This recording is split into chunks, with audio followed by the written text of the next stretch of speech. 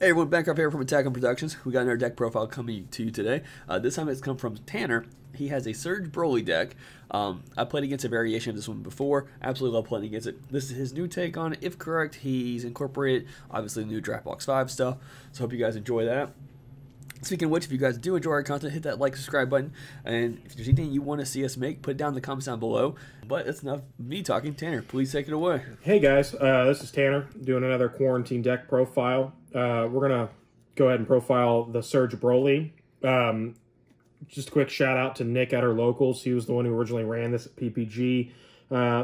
Talked to him when this first came out on a deck. This has been improved with the Draft Box 5 stuff. The leader on the front side is auto once per turn. When you combo with a red or green card, you draw one card. You can do that on your opponent's turn. You can do it on your turn.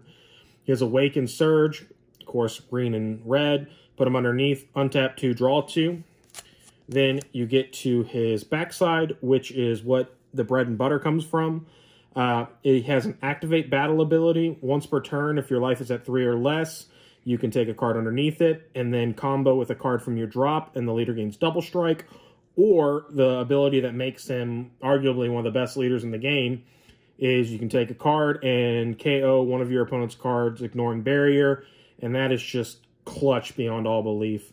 Great leader, but he speaks for himself. Only weak side, activate at 3. So let's get into the deck.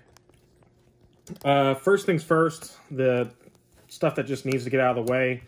For check lands, you can play it if you absolutely need to. I've never done it, but you got to have it for consistency. Now, this deck is a deck of packages, and this particular package is one that I have had much debate about of whether it is good or not, and it's obviously good, but that's another inside joke, which is the Goten, Dormant Legend, Arrival Broly.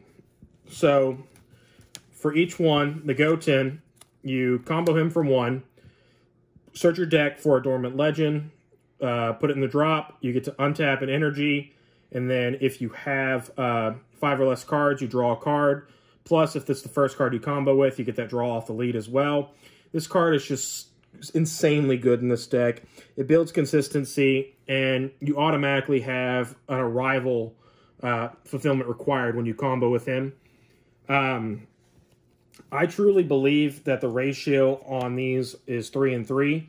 The only reason I think that is I don't think you should have an extra Goten for an extra Dormant Legend, or either way, because you have to have one without the other. They are a pair. I really debate with a lot of people on that, but that's just my personal opinion. I'd love to hear your thoughts of why that's not the case, but so far I haven't been convinced. This card deserves an entire video in itself. It's Arrival Red-Green. When you play it, you can neg 2 cards, 15k, ignoring barrier, and then it is the combo killer, essentially. Whenever your opponent combos with a card, once per turn, you can say, no, sorry about that, and put it in the drop. And that just really limits a lot of things. I don't need to go into it. It's self-explanatory. The package is incredible, and this wins games alone, or can really change the tide and momentum of a game. So the next package, which is the different package, is the new Draft Box 5 Corn and Liqueur. And I include the Gogeta Resonant Explosion, which is just a staple card in any red-green, and Acrobatic Warrior. And then the 3 Corn and Liqueur. What's great about this is if you play a Gogeta, or you play a Corn and Liqueur, he comes into play for free. And when you tap him with the Alliance ability, you burn your opponent for 1 life, no questions asked. It's great synergy, and then this card in itself is just insanely good, and I'm going to talk about it in general. Gogeta as well. I feel like you've seen enough deck profiles with this in there. You know what it does. You play it for 1 red, KO a card for 20k or less. It's really, really good. Again, I don't need to go into it. This is the one that I do want to talk about. This card is critical. It has Alliance Red-Green, which means when you swing with it, you can tap any number of cards and gain their power level to it, And then when you do that, it has an ability where you draw 2 cards, and then you neg 2 of your opponent's battle cards 20k. That's every time you use this. Plus, he comes out for 3 if you have a red or green card out on the field. Honestly, I don't know how this card got printed. I know it's susceptible to the counterplay with the 20k, but when it gets on field, it is just insane. And plus, with a cutesy acrobatic warrior, it just really, really adds a whole level of aggression and utility to the deck. Then we go into our 1-drop package, which I'm specifying that for a very particular reason, and you'll see why at the end of it. 2 Crown of Retributions, Peekaboo Broly, play it, 2 open energy. Hopefully they burn a counterplay on it. You get that out of their hand, or you get to see their whole hand and take out a 20k. I think it's always an auto include in red at least 2. Controversy, I only run 2 Motherly Majesty. You have to have 2 green-red energies in your field for it to be live. So it's not live turn 1. I just don't think it needs to be a 4 of. I think it's not live most of the time. And yeah, you can get that draw when you're on your backside, but it just, there are better slots for the deck, I think. 2, Dr. Robotnik, as Jake calls it. Play him for 1, draw a card, combo him off for another card if you need to, or keep him on field, use his ability, and just start negging cards down. 2, Intensifying Power Trunks. I think it's very important you run him over the Gohan, because he is a red 1-drop. He's the swing, take a life, crit 15k. And the reason why I run him over the Gohan is that I've included the new Draft Box Android 17. It is a counterattack. You negate the attack, and then you take a 1-drop from your drop area and play them for free. So you can just cycle through this. You can cycle through that Chi-Chi Motherly Majesty, which is another reason I cut it down to 2. You can bring that Trunks back if you want some extra crit pressure, and you have the life resources to do so. The Frieza, etc. Plus, if you're on the front side, you can combo him off as well, and then boom, you've got another card to draw, or you can use him as a 15k beat stick. Going to some of the other things that don't really fit in a package. 2 Capricious Gods.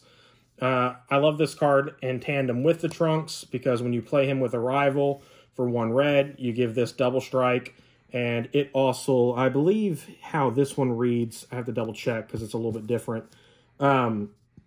You can choose one of your opponent's battle cards with 20 power or less and KO it. So, great card, but I really don't think it needs to be more than 2. 2 Topo. This deck doesn't really sit on negates a whole lot. It likes to dictate tempo by applying pressure. So you have it in there in case. Plus you have the 2 Android 17, so you've got some negates. 1 Exploiting Weakness. Not for the sake of not having any. I just don't really think it fits in the deck. But in my opinion, it's such a good card that if you absolutely need it, it's there as a 1 of. 2 Championship Pack Brolys. Again, another really good card. It's a 20k crit body. You pay activate battle, you pay a red and a green. You neg something 10k. Your opponent then has to discard a card, and it's a Self-Awakener. You take a life for it. I ran it at 4 early on. I think it only really needs to be at 2. It's great when you use it, but it gets clunky, and when it was at 3 and 4, it ended up being a charge target more often than not. 2 Denial of Hope. Gotta have removal. I think it's the best counterplay in the game, frankly. It's self-explanatory. I don't need to go into it too much. Now we get into the fun utility. 1 God Strike, 1 Crit Frieza. Ideally, in a perfect world, this is what you put under to awaken. You use the God Strike as needed from the drop area with the leader ability for double strike to take an ability away. Or you use the crit with the double strike, and you've got this double strike crit with your leader. It just synergizes so well with the lead. Then this is where a little bit more controversy as far as people go. I run 2 and 2 super combos. Nappa is fantastic in this deck, and it is, I mean, it's absolutely needed in the deck. It generates everything, gets the arrival going. It makes your liqueur a 3-drop. But this Paragus is crucial later game, and more often than not, when you are swinging with your lead, I will combo with this out of the drop to get that extra draw advantage. I think it needs to be a 2-2, and the other reason I run it at a 2-2 is because I run 2 Arrival of the Invaders. Most people have cut this card. I still think this card fits because it does essentially what Peekaboo Broly does, or what it lets you see their hand if it gets onto the field.